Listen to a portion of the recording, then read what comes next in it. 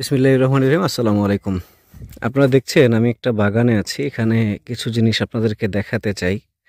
একটু হালকা ঝাঁকি দিলেই অনেক বেশি পরিমাণে আপনার দানাগুলো ঝরে পড়ছে। এখন এই দানাগুলো আসলে যে ঝরে পড়ছে এগুলোর কারণগুলো নিয়ে একটু কথা বলবো।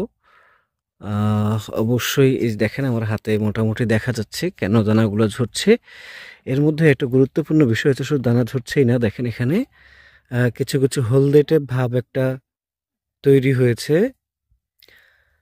তো এই যে হলদেটে ভাবটা যেটা আছে এটা মূলত হচ্ছে মাছি পোকার আক্রমণের কারণে এই হলদেটে ভাব হয়। আবার হচ্ছে আরেকটা কারণ থাকতে পারে, মাজরা পোকার যদি আক্রমণ হয়ে থাকে সেক্ষেত্রে কিন্তু এই মাজরাগুলো এখানে ডিম ফুটায় গোড়ার অংশগুলোতে। ডিম ফুটানোর পরে তখন কিন্তু এরা আস্তে আস্তে ডিম থেকে লার্ভা হয় এবং লার্ভাটা আস্তে আস্তে আমের ভিতরে ঢুকে পড়ে এবং তখন মোটামুটি কিছু কিছু আমরা সমস্যা দেখতে পারি। আমি যদি এগুলো ফেলে দিলাম, আমি আবারও দেখাতে চাই কি পরিমাণ আমের দানাগুলো ঝরে পড়ছে। তো এই যে আমের দানাগুলো ঝরে পড়ার প্রাথমিক কারণগুলো হচ্ছে আপনার নর্মালি এটা হচ্ছে কি জাতের আম, যদি একটু জানেন তাহলে একটু কমেন্ট করে জানাবেন। এটা আমি তারপরে একটু বলে দিই। এটা হচ্ছে বাড়ি ফোর, মানে এক কথায় এটা আপনার জমিতে আপনি যদি আবাদ করেন সেক্ষেত্রে এতটুকু আপনাকে মেনে নিতে হবে, প্রাকৃতিকভাবেই কিছু আম ঝরে পড়বে। যেমন ধরেন এই একটা যে মুকুলের আছে এটাতে আপনার 2-3টা যদি আম ধরে যায় তাহলে মনে করবেন আপনি একদম বাম্পার ফলন পেয়ে গেছেন। দেখেন মোটামুটি আমের কিন্তু আকারও মোটামুটি বেশ ভালো আসছে।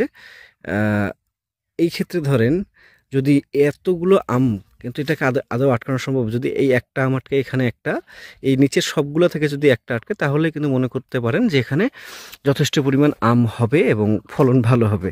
এই যে এত এত ঝোপায় ঝোপায় যে আমগুলো দেখা যাচ্ছে এটা কিন্তু কখনোই আসবে না কিংবা হবে না। এই ক্ষেত্রে চিন্তার আসলে কিছু নেই। তবে মাজরা পোকার যেহেতু একটা আক্রমণ আছে, আমি বেশ কিছু জায়গায় এই বীজগুলোকে কিংবা হচ্ছে দানাগুলোকে ফাটানোর চেষ্টা করেছিলাম, সেগুলো ফেটে গেছে এবং সেখানে ভেতরের দিকে পোকাও দেখা গেছে।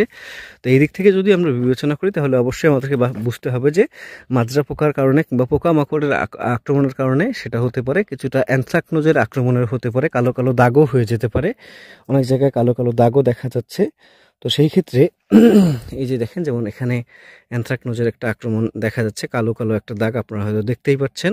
তো এই কারণে অবশ্যই আপনাকে অ্যানথ্রাকনোজের জন্য আপনাকে ওষুধ ব্যবহার করতে হবে, মাজরা পোকার জন্য ওষুধ ব্যবহার করতে হবে। আরেকটা গুরুত্বপূর্ণ বিষয়, এখানে দেখেন মাটিতে কিন্তু একদম ফেটে গেছে এবং একদম এত পরিমাণ শক্ত মাটি এবং শোষণ ক্ষমতা অনেক বেশি পরিমাণে, যে কারণে এখানে দীর্ঘদিন যাবত আমি যতটুকু শুনেছি সেচ দেওয়া হয়নি এবং এই কারণে এখানে সেচ দেওয়াটা অত্যন্ত গুরুত্বপূর্ণ। তো আমরা যেটা বুঝলাম যে প্রাকৃতিকভাবে এটা ঝরে যেতে পারে, তারপর হচ্ছে পোকামাকড় কিংবা অসুস্থতার কারণে এটা ঝরে যেতে পারে। আর একটা হচ্ছে এই গাছের পুষ্টি যেটা আছে, পুষ্টির কমতি থাকলেও কিন্তু এটা হতে পারে।